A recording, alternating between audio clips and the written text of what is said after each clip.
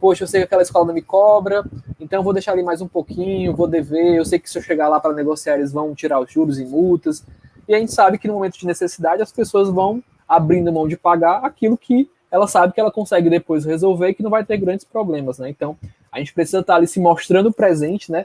Mesmo que a gente saiba, poxa, ele não vai pagar agora, mas eu tenho que lembrar que ele está com aquela dívida ali, que eu estou aqui presente, que eu estou aqui para negociar, para que a gente possa o quanto antes tentar recuperar esses valores.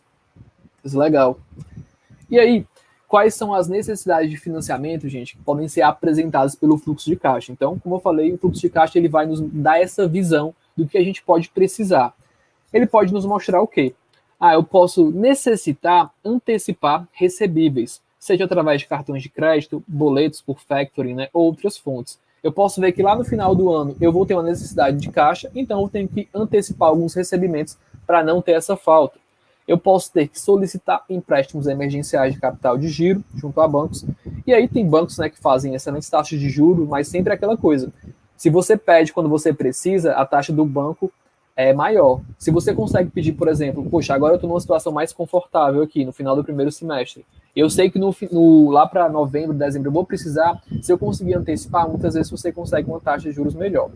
Buscar investidores externos, né, para aportar ou emprestar capital ao negócio, ou ter aporte de capital ou empréstimos dos próprios sócios, né, do negócio para poder gerar um certo fôlego, para a gente poder se recuperar enquanto a escola está passando por aquele momento mais difícil. Então, percebam que esses pontos que estão sendo colocados aqui, gente, só são possíveis de serem vistos se a gente tiver um planejamento financeiro, se eu tiver um fluxo de caixa, vendo como é que estão as minhas entradas e saídas e o meu saldo mês a mês. Se eu não tiver isso daqui, eu vou chegar lá no mês de novembro, no mês de outubro, vou ter uma necessidade, vou ter que fazer o que der para fazer.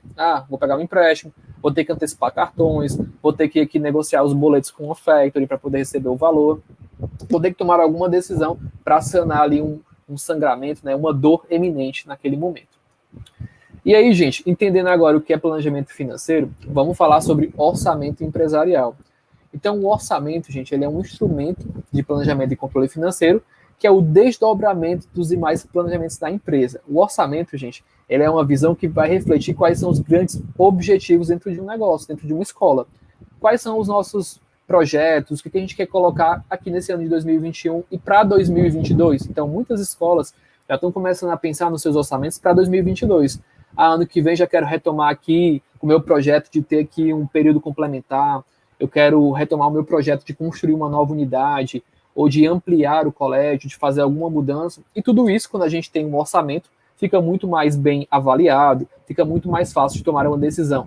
Se eu estou cobrando um preço que é justo para aquilo que eu vou estar oferecendo e vai conseguir pagar as contas para os meus projetos, e na hora também de ter que dar um desconto para as famílias. E aí, gente, quais são os objetivos do orçamento?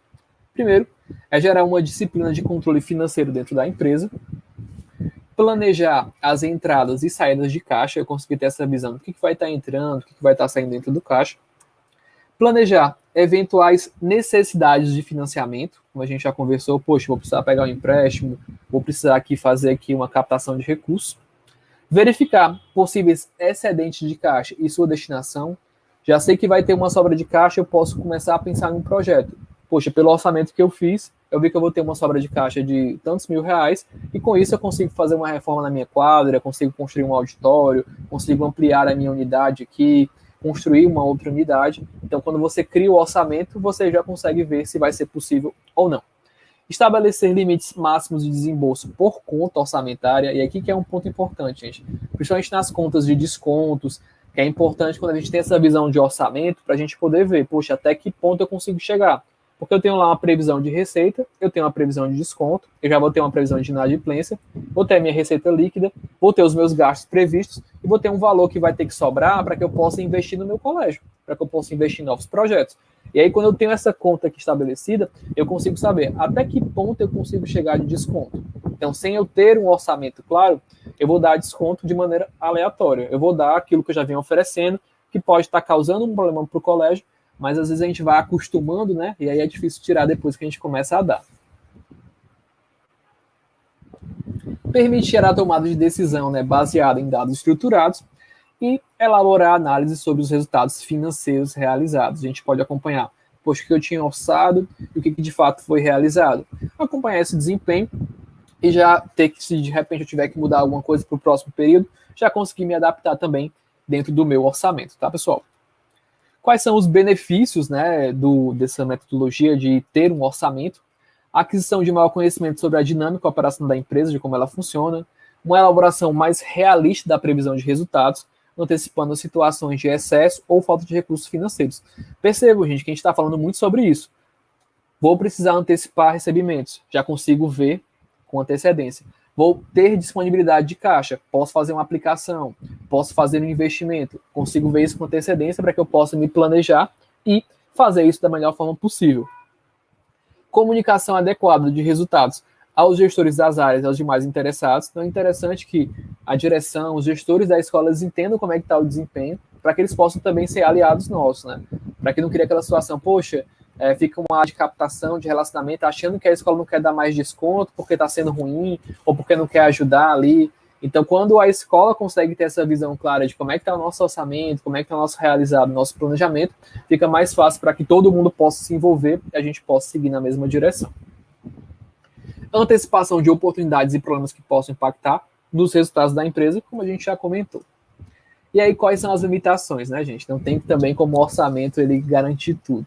Primeiro os planejamentos baseiam-se em estimativas, havendo, portanto, incerteza em relação aos resultados previstos. O planejamento ele deve ser um objeto de constante revisão, exigindo bastante esforço por parte dos gestores e setores participantes. A execução vai requerer maturidade para sua completa implantação. A gente sabe que vão ter algumas pessoas que vão ser mais resistentes na hora de implantar, a gente tem que colocar, porque é muito importante para a escola, e a falta de compreensão plena dos objetivos e do funcionamento de um orçamento empresarial. Isso aqui é uma coisa, gente, que com o tempo vai melhorando. Então a gente faz o primeiro orçamento ali, e aí faz o segundo, faz o terceiro, todo mundo vai se acostumando a ter esse mindset, né? Essa mentalidade de se planejar, de se organizar melhor, para que a gente possa garantir uma melhor previsibilidade para aquela escola. A preocupação com a possível pressão por resultados e a discordância quanto à necessidade da implantação do orçamento. Então, vão ter pessoas, né, vão ter gestores que vão achar que não é importante ter o orçamento, definir esses limites de gastos, que a gente não pode deixar de investir, senão a gente vai perder alunos. Então, é importante trazer a visão que o orçamento ele traz alinhado com uma meta que a escola tem, com o objetivo que aquela escola tem, ele é todo desenhado para que a gente possa chegar e cumprir todo aquele objetivo. E tem dois pilares, gente, dentro do orçamento que são muito importantes. O primeiro é o pilar de planejamento, que é o quê? Eu estabelecer quais são as premissas que eu vou ter dentro do meu orçamento. Poxa, para o meu orçamento, eu vou trabalhar com a inadimplência média de 10%, de 15%. Para o meu orçamento, eu vou trabalhar com a quantidade de alunos igual ao que eu tive agora em 2021, para 2022. Então, a gente estabelece algumas premissas para que a gente possa montar o orçamento. Eu vou coletar e analisar os dados, vou levantar o histórico de como é que foi o ano e analisar os dados, e aí eu começo a fazer a montagem do orçamento e validar essas projeções com a equipe. Então, percebam, tem todo o estabelecimento das minhas premissas básicas, os acordos iniciais, para que eu possa depois levantar os dados históricos e só após isso comece a montar o orçamento em si e valide as projeções com a minha equipe. O controle, depois que eu já tiver o meu orçamento estabelecido, ferramentas e regras de controle, comunicação e acompanhamento de resultados parciais. É interessante, poxa, fechou o mês aqui de agosto, como é que foi o nosso resultado que estava previsto, que estava realizado? Quais foram as divergências que a gente teve? Quais são os pontos de atenção? A comunicação e acompanhamento dos resultados parciais, como eu acabei de comentar, e a avaliação de resultados orçados e revisão orçamentária, gente. Então, pilares importantes para que a gente possa ter aqui, de fato, o orçamento acontecendo. E aí vocês podem perguntar, né? Como é que eu faço para começar a criar o meu orçamento? Então, qual é a ordem que a gente usa para fazer as projeções, tal? Primeiro, a gente começa prevendo as receitas. Então, eu vou pensar assim, qual é a minha estimativa de alunos, né, para 2022? E aqui, análises importantes são o quê? Como é que foi 2021? Analisar como é que foi a minha evasão histórica, como é que está a minha fidelização de alunos, como é que está a minha disponibilidade de turmas, né, de salas para o próximo ano. A partir disso, eu tenho lá também minha avaliação de valor médio de receita, né, de mensalidade, eu consigo projetar as minhas receitas. A partir disso, eu vou projetar os meus custos, as minhas despesas. Quando eu tirar os custos e despesas, eu consigo ver, poxa, o que eu vou conseguir investir aqui agora na escola? Vou conseguir fazer aqui uma reforma aqui no primeiro semestre, né, da minha quadra, do meu auditório, vou começar o projeto da nova unidade. E aí, o financiamento, caso eu necessite ter algum financiamento para colocar algum projeto ali, tirar do papel, colocar ele em execução, ou se for alguma necessidade estrutural que a escola possa vir a passar também. Então, a gente consegue ter essa visão geral e é nesse passo a passo que a gente segue para, de fato, fazer a projeção do orçamento.